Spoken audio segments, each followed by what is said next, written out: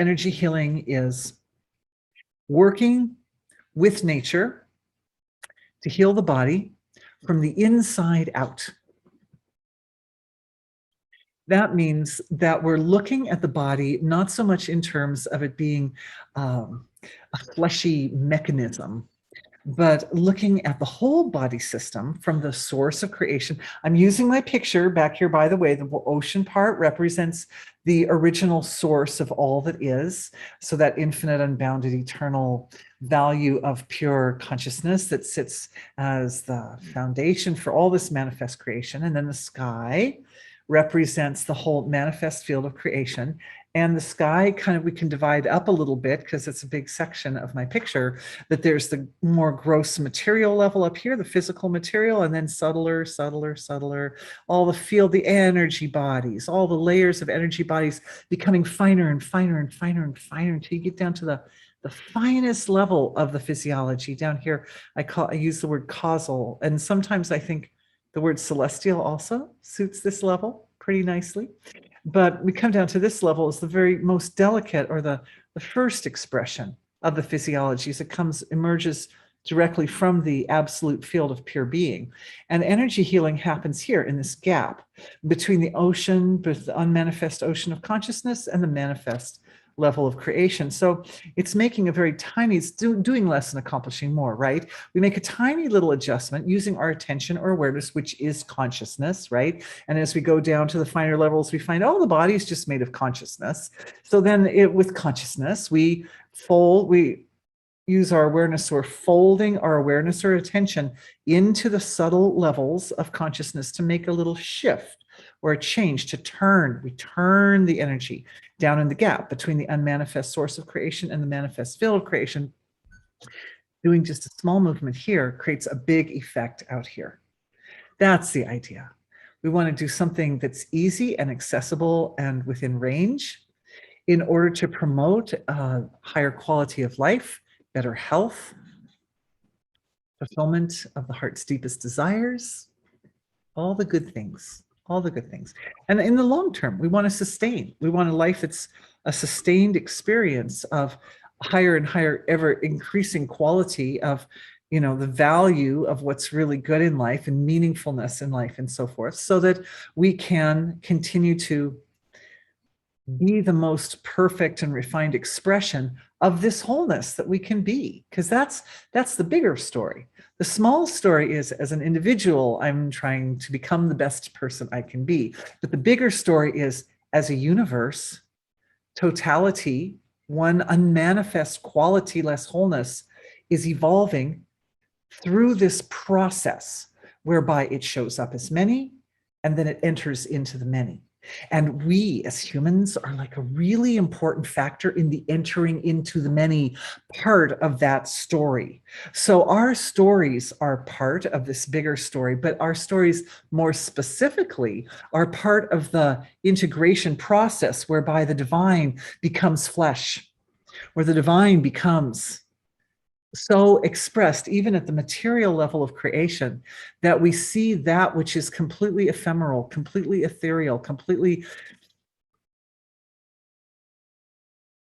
can't be captured within the boundaries of this material creation, and yet we find it captured within the boundaries of this material creation. Oh, it defies logic, but it also is wonderful. And it also is part of the reality. It's a really important part of the reality of being human. So that's what we're doing. That's what we're doing in energy healing. So it's not just like, yeah, anyway. It answers a lot of deeper questions, and it brings life, and it exposes awareness and the nervous system to levels of experience that would not otherwise be revealed, that we would not otherwise experience.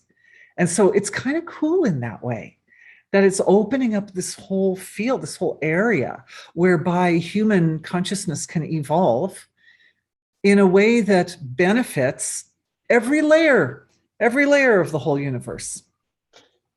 So I think it's kind of cool, and that's why I'm here. And and I know that's why you're here too. So thank you very much for being with me. I'm really excited. Oh, yeah, I'm so excited and I'm so happy that we're all together and doing this and expanding and extending our range of expression and experience to help to cultivate that value, these values in the nervous system that are going to be absolutely necessary to support moving forward as a race, I personally feel, and in a way that's going to really help to align humanity better with nature's intelligence and yeah, good for everybody. Okay, so there you have it. That's what energy healing is. Oh, look, and it's perfect timing. It's just 107, 11:07. I'm just going to bring up my clock here with the seconds. So we're going to close our eyes in just a moment. And when we do that, we're going to be quiet for about 3 minutes to just experience the source of creation. We're going to spend a minute just feeling that silent, infinite, eternal ocean of consciousness, which is within every particle of our being. And then after 3 minutes, I'll ask you to open the eyes, and we'll take a minute to not open the eyes too quickly. Come out slowly, because when we come out slowly, we experience the deeper, it integrates, it integrates. All right, let's close our eyes.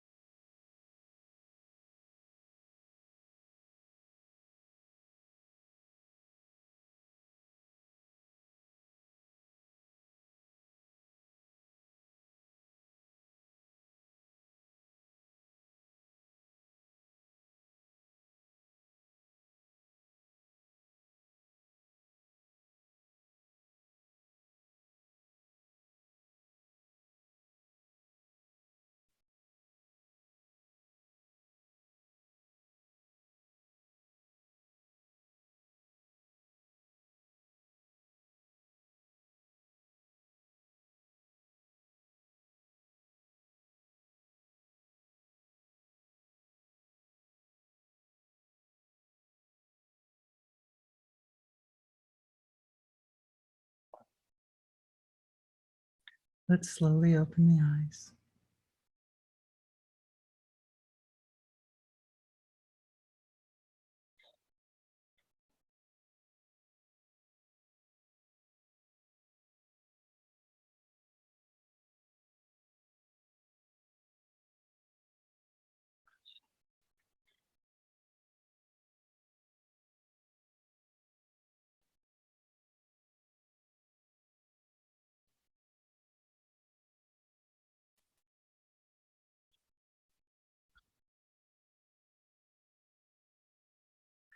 I'm going to do the prayer of gratitude in just a second. Still coming out. That was more than 3 minutes.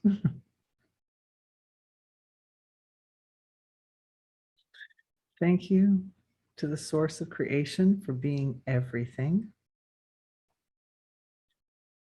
Thank you to everyone in this webinar and the whole universe around each one of us, with a particular acknowledgement of gratitude to that aspect of creation that connects the unmanifest source of creation with the entire manifest field of creation, that great eternal tradition of wisdom. Thank you for our precious hour and plus hour and a few minutes together today. And as we go on this path together, may we use our time well. May everybody who's participating today come away feeling as if they knowing through experience that they got some real value from today's energy healing session, a live webinar. Thank you to each one of you so much for being with me.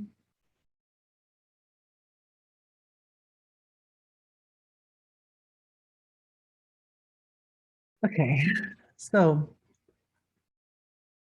little brief overview of some of the points covered yesterday, some of the more theoretical points covered yesterday.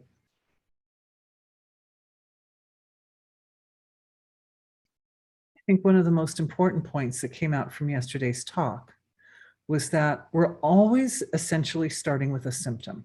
There's always some reason. If you're going to do some energy healing, there's usually a reason for it. Whether it's something more health related, like you have an imbalance or an illness or some area of pain physically, or if it's more life related, that you would like to improve relationships or finances or whatever area of life is very important, or sometimes energy healing is coming up because you just want to play in the waves of energy healing to see what's what and to learn and to find out more. So sometimes you're not sick and you don't have any particular problems, but you just want to stay engaged. You want to stay connected, and that's okay too. All those reasons are good. But for the usually the most common reason that we pick up an energy healing experience is because there's something that's troubling the system somewhere. So almost always we're starting with a symptom. And even if you're just there to just make sure you're still connected, there's no shortage in our world of challenges. So, right? All you need to do is look at the news and there you have it. There's something happening somewhere that could use some support. So you can pick up any kind of symptom. But the principle here, one of the main principles from yesterday is that symptoms are rising up as a byproduct of a law of nature in the material level of creation. And this law of nature favors the process of separation. So you've got one infinite, unbounded, eternal wholeness showing up as the manifest field of creation. And if the manifest field of creation didn't favor that process of diversification, right, and differences and uneven distribution of the 5 elements, right? Like here is more air and space element, and here is more earth element, right? And all of the elements are present in the air, in this piece of air that I'm offering you. Or here's my water balls, mostly water element in there. But there's also earth element, and there's also air element, and there's also space element, but mostly water. So the surface level of creation shows up in different mixtures of the 5 elements, the 5 basic elements, and also some subtle elements. And so the laws of nature favor that. They favor that diversification. They favor that separating and putting all the water molecules in one place and put all the air molecules in another place, something like that. Favors it. So because it favors it, this also means that on the level of human experience, something is required on our side to go back more to wholeness, right? Because we're living in a universe that's sort of favoring not wholeness, more favoring separation, breaking everything apart. So for us as the expressions or instruments by which wholeness is integrating with all those parts, our job is to create the bridge from those laws of nature that are more favoring a distribution of the elements in separate areas to more favoring in a specific, coming back. And because of the subtler elements, like there's the 5 obvious elements, right? Space, air, fire, water, and earth. But then there are these subtler elements as well, which are mind, intellect, and ego as defined by Vedic science. And that's where it gets interesting for us. Because, you know, the distribution of the laws of nature, or the 5 primal elements, that's pretty much in the hands of the laws that are governing the whole creation. We were learning about mineralogical evolution. My husband and I still are in this course of learning about mineralogical evolution. And one of the interesting things that happens is there'll be these elements of which there's like 1 per like 100 million, like barium or something. And there's just like this very, very small amount of barium ever in any given part of the, you know, of the Earth's crust or something. But somehow, whatever bits of barium or beryl or something, I don't know. Anyway, they find each other. They somehow find each other and they start to make little crystals. And that's why certain crystals are like super rare, because they're like only found in one place on Earth. And it turns out that like the number of those particular atoms of that particular element is just like so rare, but they somehow manage to like clump together and find each other.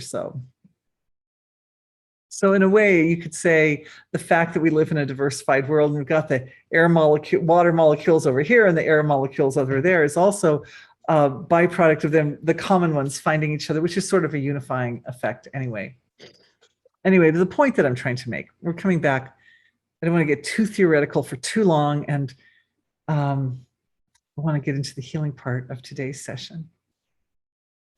But I did want to at least say that we start with a symptom on the surface, and we need to get somehow to the seed of the symptom. And part of that process is to take the symptom out of the isolated state. You remove it from a state of feeling separated and isolated by expanding awareness around it. So if there's a pain, in some part of the body, then the awareness goes and focuses on that painful part of the body. But then the awareness relaxes a little bit, kind of like when we closed our eyes and experienced the source of creation, and starts to explore some of the other aspects of expression that are around that painful area. We look at the fundamental role of that particular part of the body, for example. You know, how does it fit into this universal story of the one source of creation showing up as many and then entering into the many and thus evolving? Then when it enters in, it's like, oh, I'm actually one. Like the whole thing is one. So then it has like created a full cycle or full loop. It's come back to one, and then it does it again. So we look at the larger context around that particular symptom. And by doing that, what we're actually doing is we're kind of making the symptom sort of like the central point in the awareness. And then we're kind of expanding understanding around it. And what that does is it helps to put the symptom in context and in perspective with the larger stories that are going on. That's why sometimes an illness can show up late in life, but the seed of it could have been planted early in life. And that when you look at the symptom and you start to open up the context around it, one of the things that happens is, oh, that's nice. People are raising hands. That's sweet. Yeah, it makes sense, right? Then you start to see that there are connections between this symptom and feelings that you have. And feelings, of course, are more subtle, right? The symptom may show up physically on the surface, but then feelings are more delicate, more subtle, not so physical, right? So we find that there, as we open up the sphere of consciousness or our awareness around the symptom, we find that there are other pieces that are connected to that symptom. And following those threads of those other pieces, which means you're working down here at the astral level of the physiology. And I have names for the various layers. For those who are new, I have names: physical, etheric, mental, emotional, astral, causal, and then the source of creation. I flashed those names up on the screen last night, but and you can find them also on my knowledge base. But the point is that the astral and causal levels are the two deeper levels of the field of the physiology, or we could say the energy fields of the body.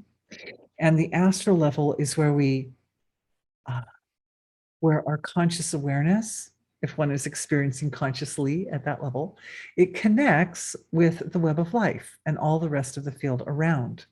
So that's a really useful spot to start looking for the seed of the imbalance. Symptom is at the surface, and we can infer a lot by understanding the relationship of different parts of the body to this cycle of life, if we want to call it that, the cycle of how one appears as many and then enters into the many. So and then realizes, oh, I'm actually, all the many are also part of the one. So that's the full cycle. So different systems of the body represent that full cycle, so in large and small terms. Different organs of the body then fit into that cycle in different ways. And of course, at a deeper level, the cells and the molecular level of the physiology all have parts to play in that story. So it's only one story that's going on. All our entire physiology, our entire lives are part of that big story that's going on. So inference is one of the things that you first notice when you look at the symptom and you look at that part of the body. You start to, realize, oh, well, there are connections to this larger cycle of life experience that's going on.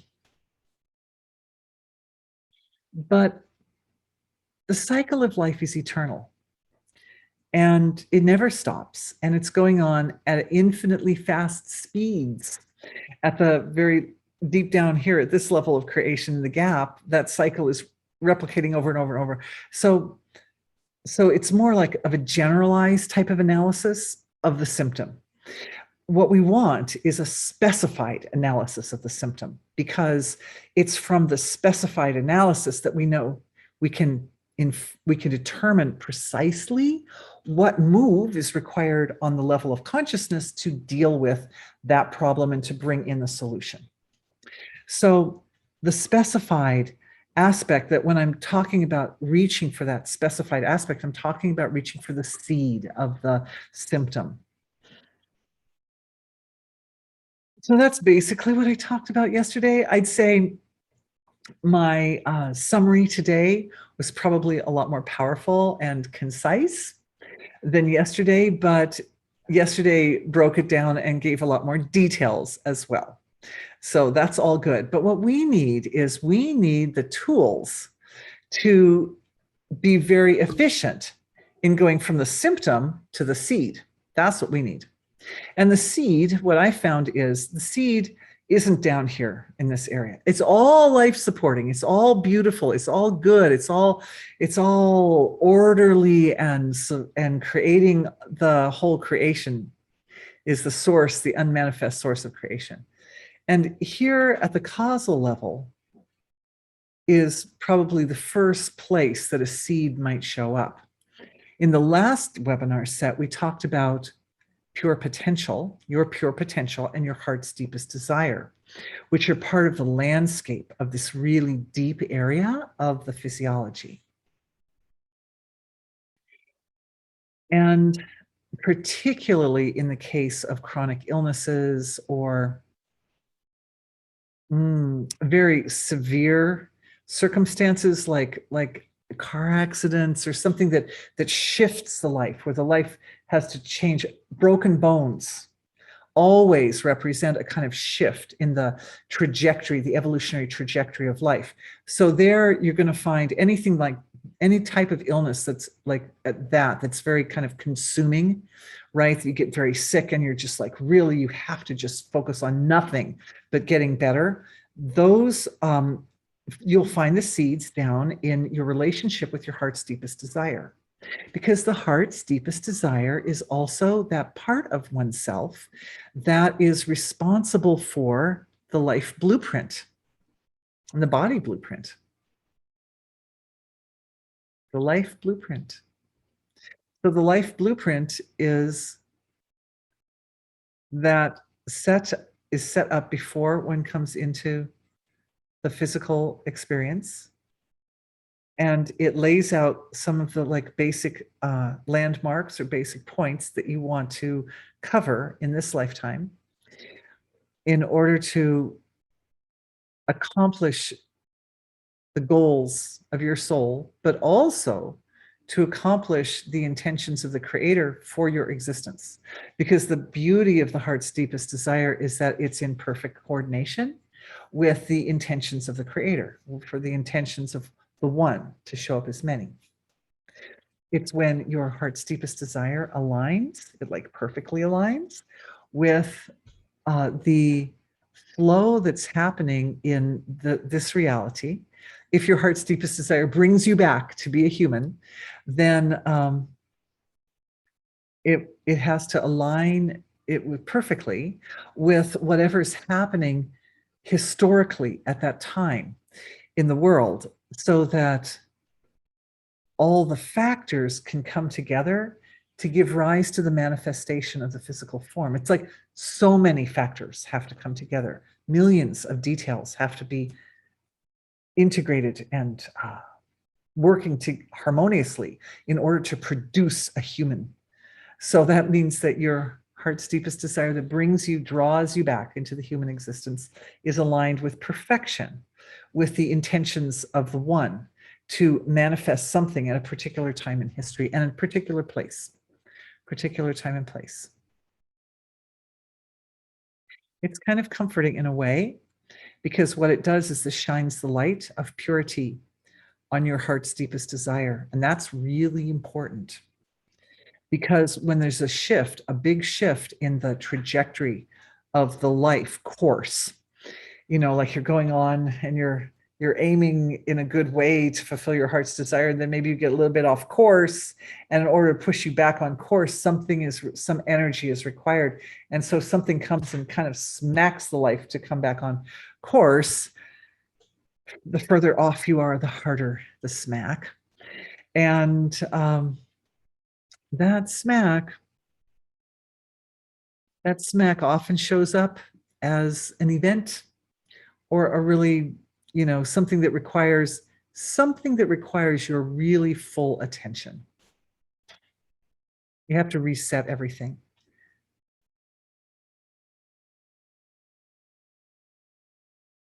Here's a question that's come in related, and it says, where does one begin if the symptom is emotional overwhelm? That's a great question. So it means that the symptom is already subtle. And emotional overwhelm, oddly enough, has some roots in the nervous system. Maybe that's not odd. Maybe that makes sense to you. It makes sense to me because we process emotions through certain parts of the nervous system, and we produce neurochemicals like neuropeptides and other types of hormones and enzymes that reflect whatever is the emotional state. So there's a really deep connection between emotional experiences and the feeling of being emotionally overwhelmed and the neurochemical makeup of the physiology. So here we're following basically the way it's set up is you've got the causal body, which is very, very deep and sort of like the foundation of the building, you could say. Then you've got the astral body that's like the scaffolding of the building. And then you've got the emotional, mental, etheric, and physical, which are more like the body of the building. So if the emotional overwhelm is here, we want to begin by looking to the astral level. Now, if I was saying you have a symptom and you want to kind of open up the space around the symptom and see what's all around it. Well, if you do that, if the emotional level's here and we open up the space around it, what happens is some of the story is up here at a more physical level. And so this is Dorothy's talking about the physical nervous system and the hormones and enzymes and neuropeptides and other neurochemicals that we're creating to reflect what's going on emotionally. But that's like, that has to be taken into consideration when we're looking for the seed. But the seed is going to be at a deeper level. Like I would say, is the seed ever? No, I checked. Is the seed ever at a deeper level, at a higher, more gross level? No, seeds are planted. We plant seeds are planted in the ground. And sometimes the seed will be planted like years or decades or even centuries before you actually have the experience. So it was another part of yesterday's session where we spent some time kind of talking about how information shows up in the astral level, because that's where the astral level is the part of the physiology that connects with the larger universe. So as I mentioned before, you may have forgotten, but I mentioned again, the web of life. We find the web of life at the astral body. So our astral bodies are like made of threads, like zillions of meridians. And they connect to all the meridians and all the channels of energy that flow through the whole creation. And these channels, these meridians, are the passageways upon which our awareness flows. So if we're looking for a seed, it's good to, if you're going to go find the seed, you're going on a journey to find the seed, you get in your car and you get on the road and hopefully get on the right road, going the right way to end up where you want to be, which is deep in the forest where you find the seed was planted. So part of the story is navigating the astral level of the physiology. Have we done a webinar set on the astral body? Because if we haven't, that could be a good topic. Could be worth it. I think we've done one on the causal body for sure, the etheric body for sure. Yeah, okay. Anyway, yeah, the astral body, there's a lot there. But let's just now, for the sake of everybody's highest support in improving the ability to find the seeds of suffering or the seeds of imbalances or illnesses or anything, I'm going to take a drink and then let's go into some healing to see if we can wake up that area of the physique, to see if, just to do it. To wake up that level of the physiology and to enhance or optimize your ability to navigate around in the astral level of the physiology so that you can always find the seed. You can always find the seed of suffering.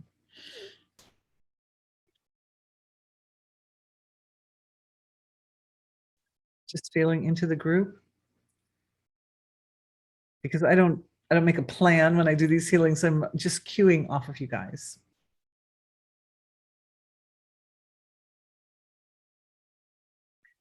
And awareness settling down into that astral level, that web of life level of creation. Some of you might get visuals on that. Some of you might just feel a little more connected. Every thread in the astral body and every thread of the web of life has a flavor or an energy signature, we could call it, a feeling associated with it. I'm definitely feeling compassion And compassion, as the compassion rises, and that's a fairly standard now, it's a standard feature of the healing process, is that the healing process is based on a flow of compassion. The compassion catalyzes the movement of consciousness.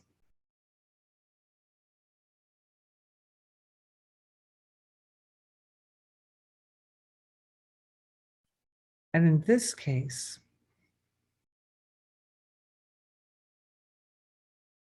the accompanying feeling with the compassion is a form of discrimination, but it's a form of sensory discrimination, particularly affecting the occipital lobes.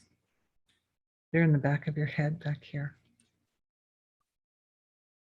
And the eyes. Occipital means eyes.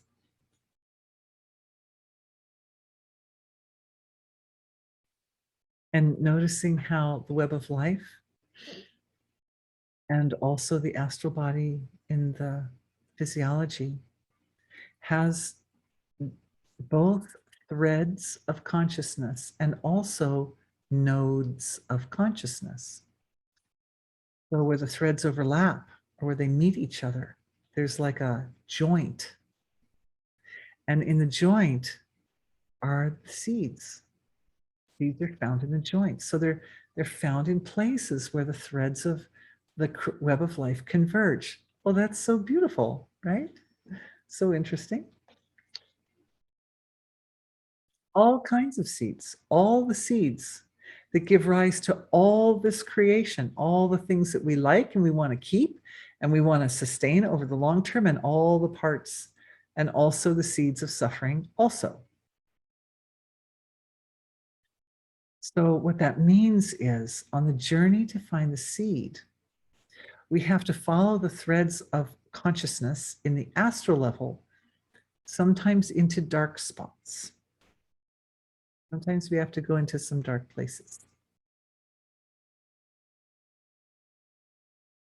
Overwhelm is almost always accompanied by fear. And there can be habits and impressions and pain bodies and attachments, particularly in the adrenal glands and the spleen. Looks like sometimes the hot digestive organs around the middle of the body. So clearing fear from this solar plexus region of the physiology.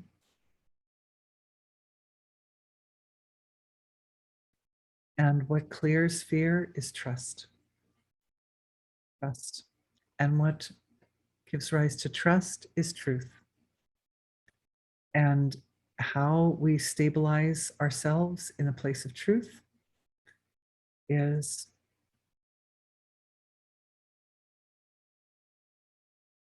healing the ego.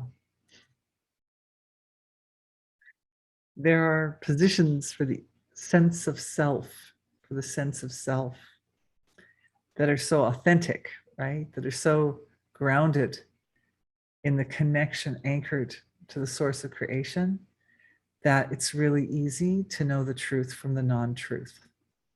And of course, for finding the seeds of suffering, that's super important, right?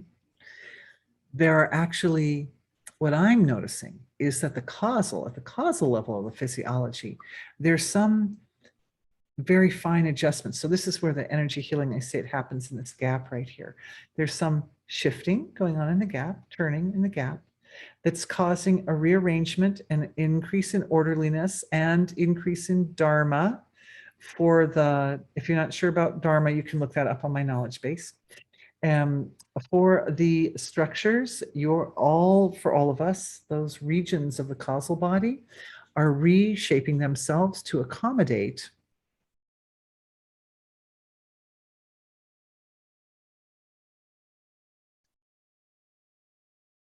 they remind me more and more of musical instruments, to accommodate the presence of truth, like your truth meter. Think of it as like a part of your causal body whose job it is to make sure that you're getting the real story, the straight story.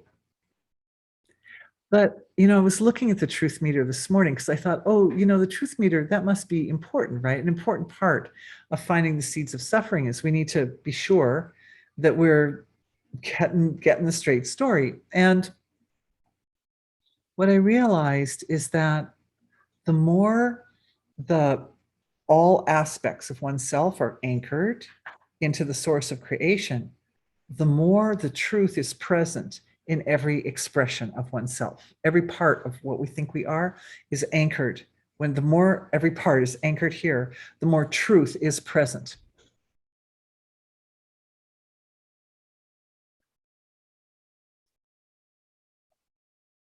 So even though there are surely laws of nature whose responsibility it is to make the truth clear, these laws of nature don't only exist in a single region of the causal body. And I was looking at this region the other day, and it's kind of shaped like this, right? Like it's got more like a kind of a pyramid shape, or more like a cone kind of shape, where it's more, the anchor is the dominating value of that particular region of the causal body. The anchor is the anchor to wholeness. But then what I was looking at this morning, and I was realizing, it's like a fractal in form that exists in all parts of the universe. And it's like little anchors that are going to wholeness all the time, all the time. So it's there, you could say that, there's one area of the causal body that's just for anchoring to truth. Or you could say the one area also is very systemically spread, and it connects all the areas. It's part of all the areas. It can be part of all the areas. It's expanding and stabilizing as part of all the areas of everyone's causal body. That's what the shift was. The shift was that we've got areas of our causal body that are responsible for the way our emotions show up, or responsible for the way we deal with different types of relationships, or are responsible for how we create wealth in our life, or are responsible for all types of aspects related to the physiology itself, how we age, and all kinds of things. But this truth meter, it almost looks like some kind of a light medicine washing through the causal body, that's like little suction cups, to the absolute. That's what they look like. Holding on to the absolute from every point. And there's a certain amount of letting go. There's a certain amount of purifying. There's a certain amount of redistribution of body and mental, emotional, psychological resources, because that little adjustment of turning all the different functions of the causal body around, so they all have little suction cups on them. It's just a metaphor, but you know what I'm saying, that they're like anchoring into, every part is anchoring in. It's like changing slightly the shape of every region of the causal body, so that they're all just a little bit more oriented toward wholeness. Not so much that we lose contact or connection with the whole diversified field of creation. And of course, some of the regions of the causal body are very specifically set up to engage with the diversifying element of creation. And so those also, though, there's some of them are saying, no, I can't, because I'm all about separation. I'm all about going up to the surface and showing how things show up at the surface. And I'm like, yeah, but don't forget, even the surface is still part of the one. So yeah, you can. So I was clearing some beliefs there. And I'm seeing that some of these beliefs are also clearing in the ancestral patterning of the physiology and the DNA, and so like that. But we're getting a little bit off topic because I wanted to do the healing for enhancing your ability. But actually, a shift for the ancestors could be very good in enhancing each one of our ability to uh, just really hone in and find that seed, whatever it is behind whatever is not working right.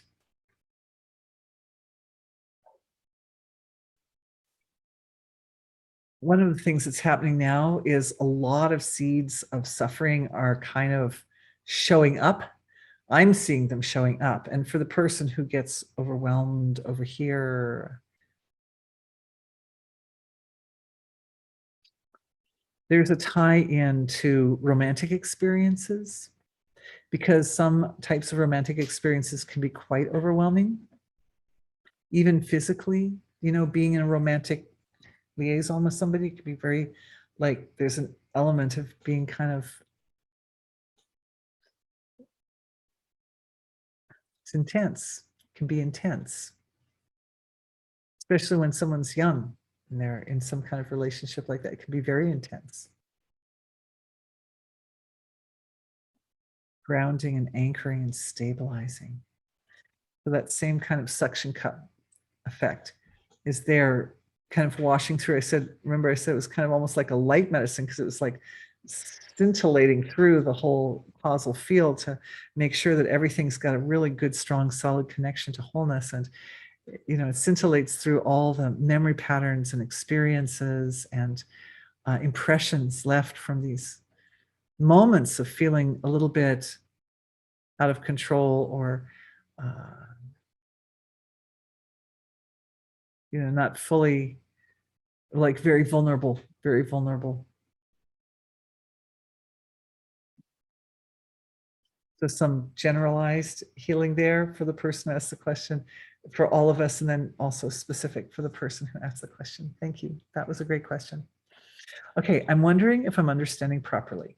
If the seed of an illness, like say arthritis, for example, is in a deep layer, then healing the illness will impact the rest of the collective. Yes, since there is less separation. Absolutely. Absolutely, because the astral and causal levels of the physiology are collective levels of the physiology. And it's really so common too that the seed of an illness is held at a collective level. Like the person who asked the previous question about being overwhelmed. Well, lots of people experience being overwhelmed. And some of the more specific healing for that person also is something that is experienced, sits at the collective level, and it's locked in to common experience by beliefs and impressions and experiences. So by clearing at that deeper, at the astral level and the causal level, by doing some changes there, we are affecting a shift in the entire collective field of creation. And I love your question. It's so important, because that brings up the question of, does a person feel themselves qualified to hold that much responsibility? Right? You go in to heal a seed of suffering for yourself and make a shift that's at a level of consciousness that it means that shift, we make a little shift down here, that one little move, it goes and it shifts like the whole field of creation. But yes, that's important for us to do that, because that's one of the reasons we showed up at this time in history, because there's a lot of things there's a lot of influences in the collective field of our world right now, which are not really helping to promote the highest level of alignment or attunement with natural law and best results for everyone. So we make a little shift inside ourselves, and our one little person shifts the whole field. And when we do it here as a big group, even more so the effect goes out. And that's the thing is, you can't, if you think, well, I'm not sure I'm comfortable with that level of responsibility, the answer is being born did that. You've been doing that since you were a baby. So just act more like a baby about it. No, just kidding. Just teasing you guys. Anyway, So let's see. I just want to make sure I answer the question completely. The illness will impact the rest of the collective since there is less separation. Yes, absolutely. If so, can someone else be negatively affected by the healing? Oh, that's a great question. The answer is no, because if you're doing this type of energy healing, you're doing this energy healing. I mean, there are ways, there are people that have worked very hard to figure out ways that they can use some kind of subtle manipulations of the subtle layers of creation to, like curses and in fact, in the last week, 2 people asked me if I'd make a video about black magic. And I was like, that's a really interesting subject. And I definitely have something to say about it. I'm still kind of thinking about if I want my brand, like if I make a video like that, that word will be on my video. And the question is, do I want my brand in any way associated with anything that's that like not nice? On the other hand, I feel that what I have to say about it is important and profound. So I'll probably do it anyway, but try to figure out a different title. So that means if people are searching for solutions to black magic, they may not find my video on the one hand, but it's kind of complicated. But anyway, but yeah, so if somebody else can be negatively affected, the point is that truth always produces an evolutionary effect, without exception. If we're working with the fundamentals of Dharma, then there is no question that the results or the effects of the work that we do are going to be life-supporting and uplifting and positive. Now, as I mentioned before, sometimes if a person gets way off their track, like their evolutionary flow is here, but somehow they got over here, and then nature has to bring them back. Sometimes, depending on how far off their track, it can be quite a slap. So in the short term, sometimes it looks like you did this healing thing and then somebody got a little slap. They got a little slap. But the reality is that nature always chooses the course of least action. It always chooses the most efficient course. When water's going down the hill, it always takes the fastest path down. So if somebody's off course and the healing that we offer brings them and everybody back onto course, the amount that they are made uncomfortable by that process will be in direct proportion to how far off the path they are and how much they're resisting going back on the path. Those 2 things, the level of their resistance and the distance they have to go. And I'd say probably more to do with their level of personal resistance than how far they have to go. Because the truth is that if you're way off your path and you come back onto your path, it feels great. It's like going from the hut to the castle. So I'm using a lot of analogies, as so some of you know from the familiar, but nonetheless, yeah. So thank you. That's a great question. I hope that makes sense. More wonderful questions coming in. I've recently heard that between the occipital lobes houses something called Ascension chakra. Heard about it only yesterday. Oh, perfect timing with today's webinar. Yeah, we are so in sync. I love this guy. I just thought I'd mention as you were working there. Yeah, I love you. Yeah, so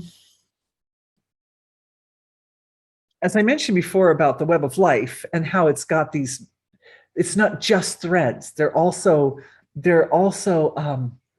structures that are created in the joints between where the threads meet each other. So we could say that there are all kinds of different points in the physiology where there are nodes that are like, we can use the word chakra to describe, or I think marma is another, it's like a Vedic term to describe these different types of nodes. And I wouldn't be surprised. I think a lot of the work that we do, and I see myself doing also with clients and in energy healing in general, kind of works with these sort of deep inner parts of the brain, like the occipital lobes being just right back here. Actually, they're right there. Ooh, I can feel them when I put my hands up there. Yeah, that the part just underneath them is very important, very kind of essential to a lot of the very basic functionings of the physiology. And I was discussing this morning with a family member with whom I discuss many deep things. I was discussing about the placement of the sense of self in order to best affect change. I'm just getting a read because I'm getting a download. I'm going to unpack it for you. Thank you. So one of the things about Ascension is that when the soul passes out of the body, ideally does not always happen. But if a person has been, if they're doing well and they're kind of like aimed toward God, when they pass out of the body, the energy comes out the crown of the head.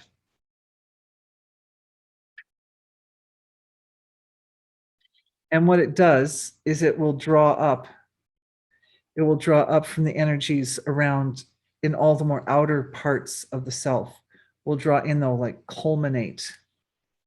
So it's kind of like a drawing in and up. So some of this, but this term ascension that you're using could be a different type of ascension, not so much the ascension that the soul takes as it's leaving the physiology, but I'm thinking referring to it as ascension in the physiology, still alive, and having to do with like the attainment of higher states of consciousness. And so this is being called like a kind of a mechanism. It's like some type of a mechanism that helps that through which the expansion of consciousness or the expansion of, the awakening process is like essentially has to go through that. My experience is that the awakening process really engages the whole person. But I'm asking him, but is there like a specific mechanism area? Is there a specific spot that's like extra important for that? And what I'm getting is if there is a particular point, it's more likely that it's the ajna chakra and the crown chakra, like more in the center, because the energy is coming right up. Okay. Thank you. I got the ascension process is a little different for each person. And for some people, it more centers around this expansion of awareness to Brahman, to that they lose the self. They go into that space and they realize their status as totality. For other people, the ascension process sort of it grows through the refinement of perception. And so for some people, I'd say it's for those people whose nervous systems are kind of wired, that the way they get to the awakening experience is through the refinement of perception, then yes. Then there's definitely a spot there that's directly involved or activated with the refinement of perception, which brings me to another thought. We just take a moment here as a collective and focus our awareness on the space between the two occipital lobes. Feeling that flow of compassion, it rises up from the heart, it goes right up into the brain and up into that area in the back of the head. And I'm seeing, as the awareness is going back there is a meridian that's running from that space between the two occipital lobes right up it comes up into the ajna chakra, and then it also can beam forward like that. Just like that. Just it beams.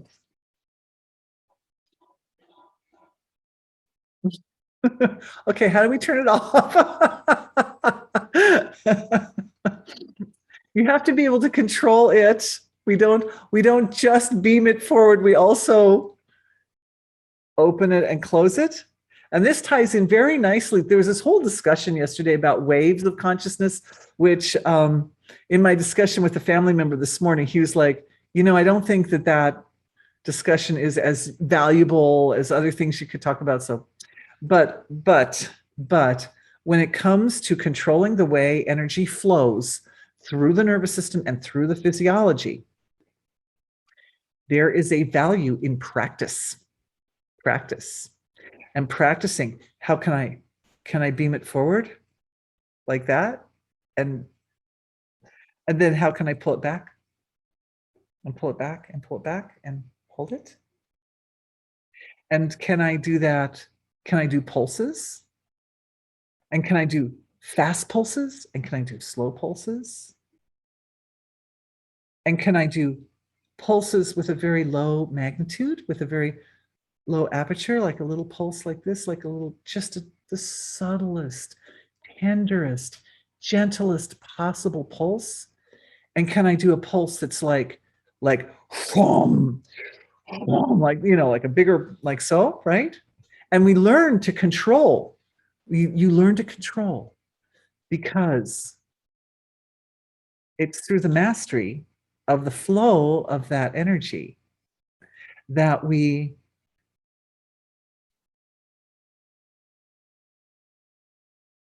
not only interact with our environment, but we set up a relationship with the environment that's alive and awake in ways that would not otherwise be so.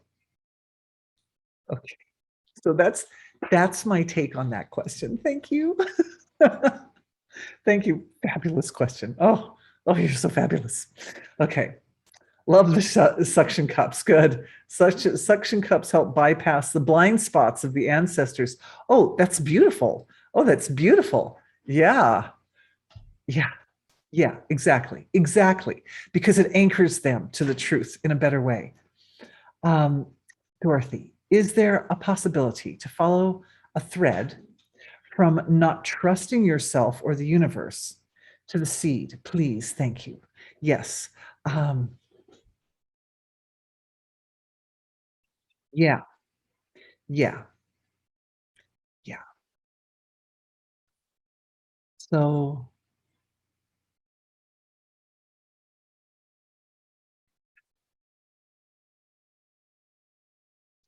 I'm just looking at it, and as I take that idea, that concept of not trusting yourself or not trusting the universe, and I start to expand the space around it, these are the threads that I see. These are the pieces that come to my awareness. One of them is cultural conditioning, because, and this is a stress that we've worked on before, but I think it sits like super, super deep in the collective field.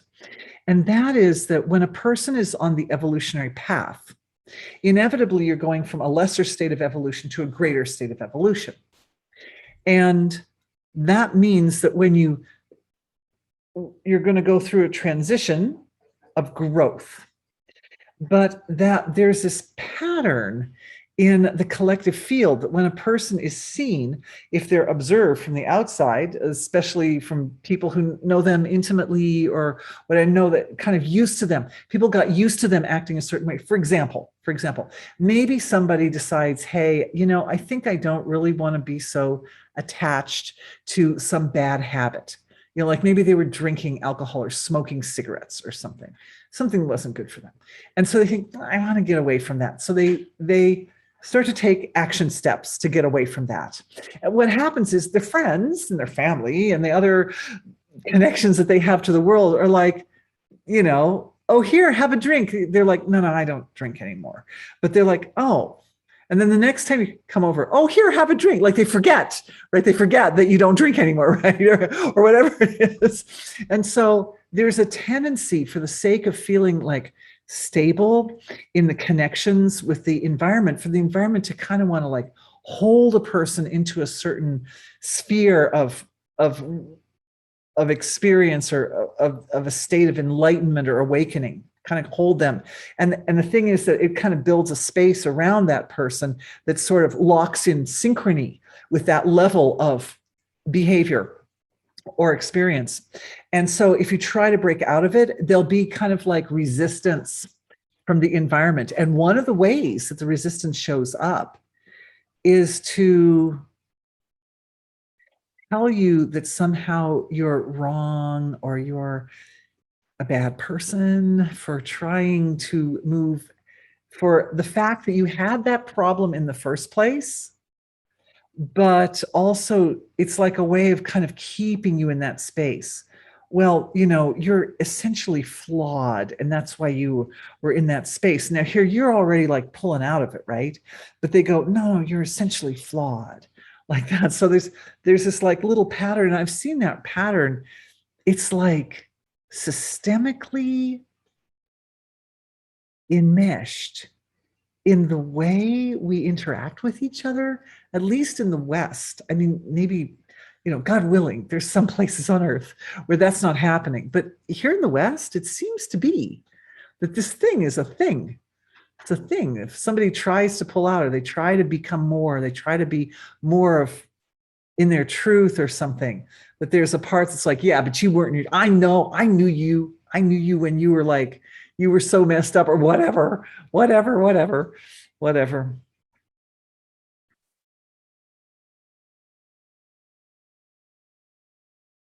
You know what? When that rises up, when those energies rise up, those rise up for the sake of resistance.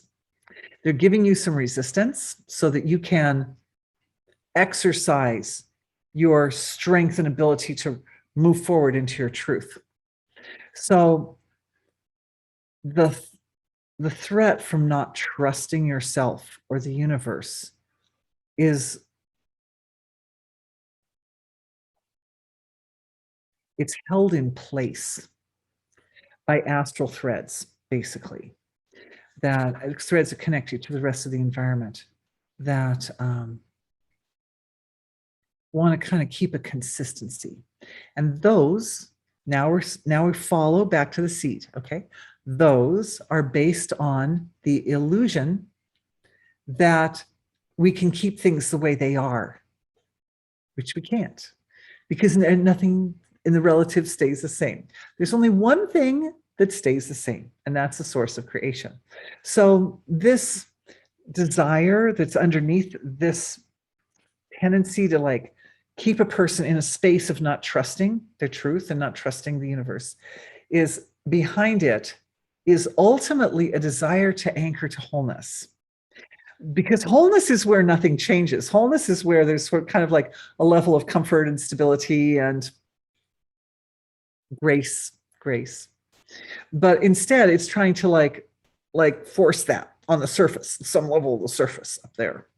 And you can't, because nothing on the surface stays the same. Nothing. Feeling more, I'm feeling the flow of compassion coming forward in a kind of twofold form. A twofold form. Oh, the twofold form is for the outward relationship and the inward relationship. There are a lot of other like smaller elements that are here. There's like there's like mistrust. The mistrust comes with memory patterns and impressions and layers and layers of the human experience going back many centuries of betrayal and self-sabotage and times when you had gotten off the path and you got smacked a little bit to get back on again, and it hurt, right? And that happens. And then looking at it, well, circumstances came around and smacked me really hard, must be that I'm not loved, and that I deserve to suffer, and those types of. So there's a lot of layers of that kind of material that are also in there. And those are all more or less sitting in, I'd say, from the astral through the emotional, deep emotional levels of the physiology. So that's also clearing. Because from this moment in creation, you can shine the light of your awareness back onto all those centuries and centuries and centuries of past incarnations. And you can shine into each of those little moments where you got slapped a little bit to be brought back on the path. And now, from this perspective, see, oh, like I was off my path. I definitely needed to break that bone and rest for a while, so I didn't keep trying to like take care of literally everybody else but myself, whatever. or I needed to learn to be a little bit humble and let somebody else take care of me, or whatever. There were all these moments that we went through. It wasn't just that, you fell and broke your bone because God doesn't love you. It's just that there's a reason. There's a reason. And it's easy to see all those reasons are super transparent from this perspective, from the perspective of being alive right now, in reality, in the world right now. You can look back on all those centuries of self and see the reason why you had to die in a certain way, or you had to go through some very difficult experience. Being a parent is incredibly difficult. My father used to say parenthood ain't for sissies. It's more difficult and more rewarding than one could ever imagine. So there's a lot of those moments. And what happens is this compassion that comes forth in a sort of a twofold form that's both looking outward and looking inward at the same time. It washes, like it's a light medicine, it washes through all those layers of the self that go back centuries upon centuries. And it's really mostly healing ego, because that idea of I don't trust myself and I just trust the universe is founded in some sense of self that's basically some corrupted a bit. There's some aspect of like, if you don't trust yourself, often along with that is I don't like myself and I feel like worthless or useless or disposable. And that can happen. Those kind of feelings can come up when you've had those experiences of like you were going down a path and it was realized that in that particular lifetime you weren't going to the path had gotten so corrupted maybe that you weren't going to be able to get back. So nature, the bigger universe, was like, that's time for an earthquake. We're just going to take out all these guys who are, I don't mean to sound incompassionate, because obviously there's nothing good about an earthquake that kills people. Really, it's nothing good about it. It's just that we all know that when natural disasters strike, they don't seem to strike universally. They don't take out everyone. They don't. We get tornadoes in the Midwest a lot, and tornadoes are very discriminating. They'll come by and take out one house and leave the one right next to it. It's really amazing. Or they'll come and take out all the houses in a whole area and still leave one of them standing. It just happens like that. Anyway, that's the trusting God part of it, right? A lot of forgiveness, self-forgiveness, and recognition of oneself. Well, that was this conversation with a family member this morning, is that there's a part of oneself that's responsible for the way that every aspect of the universe shows up. And as a general rule, we at our conscious level of mind are not connected with that part of ourselves. It's a good point.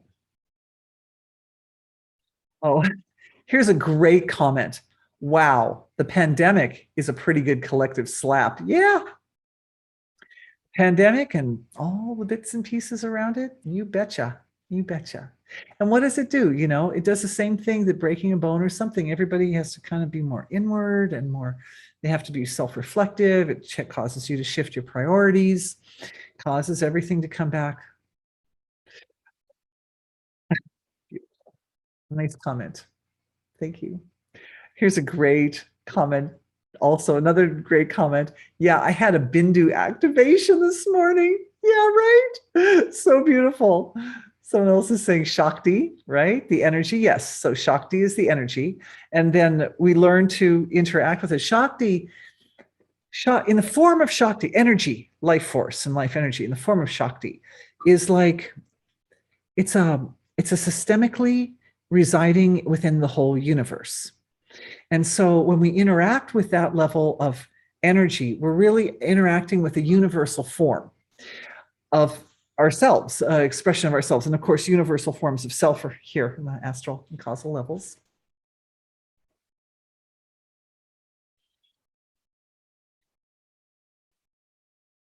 Download for everyone. Oh, look at our time. Oh, we went over the time.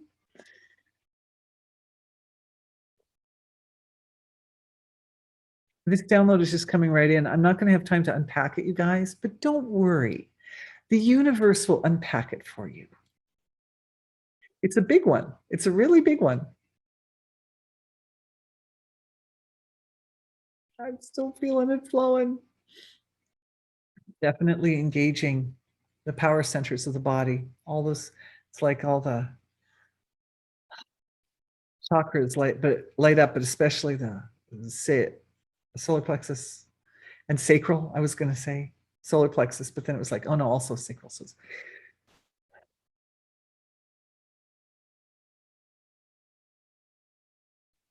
very beautiful, very beautiful. Here's a beautiful comment. The seed of not trusting seems to be entangled with racism and all sorts of systemic discrimination. Yeah, definitely. I mean, I was definitely kind of referencing some of the environmental influences that lock in feelings of not trusting oneself. Absolutely. Here's another comment from the person who said the word Shakti, and that was like just that one word. It was like very powerful. It brought that a whole download. And that is, if you fold the seed of suffering back into wholeness at the astral level, for example, so the seed is at the astral level, fold it in. Do you then also need to fold the other levels of creation impacted by the seed back to wholeness? This is such a thoughtful, deep, thoughtful question. Or does that just start to happen automatically? What would you say? It's a great question, and my first response is it's probably a little different in every situation because the seeds are a little different and all of their mitigating circumstances are a little different. But my experience is that folding the seed in to wholeness is enough to at least initiate and activate the healing process, and that we're definitely looking for the most efficient ways to balance any imbalances or any suffering that comes up. We want to bring balance back to the system. So we're looking to do it in the most efficient way, doing less and accomplishing more. The other thing is that all the more material levels of creation are built off of the subtler levels. So if we make a shift down here in the deep level, that's going to automatically result in different types of changes showing up in the way they show up at the denser levels of creation is quite spontaneous and very much under the influence of the laws of nature, the way the laws of nature that are responsible for the diversification of creation, right? The way they show up, and particularly at any particular time and place. So that's why sometimes if a person, wants to make a big change, like say they want to get off of alcohol or something like that, sometimes it can be helpful to like move to a new city, kind of reinvent yourself or make a new circle of friends or something like that. It can help.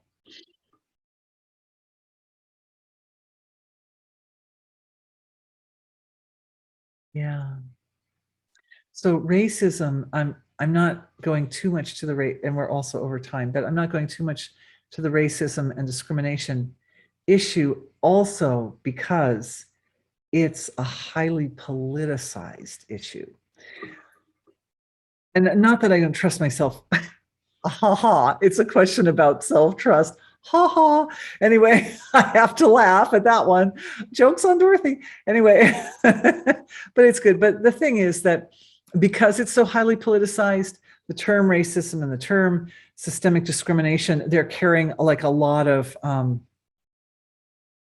baggage with them right now. It happens at this time in history, at this time. So in order to untangle that comment, we would have to go and do a lot of other untanglings as well. I guess that's the point that I was trying to make. So yeah, but thank you for the question. And not that we won't, because I'm sure we are going to broach all topics as we do this. We continue. Let's suffer the wave with lots of aloha. Absolutely. Absolutely. And that, I think that last comment is so perfect because basically it sums up the whole issue. Uh, yeah, the lady who asked about discrimination is very sweet.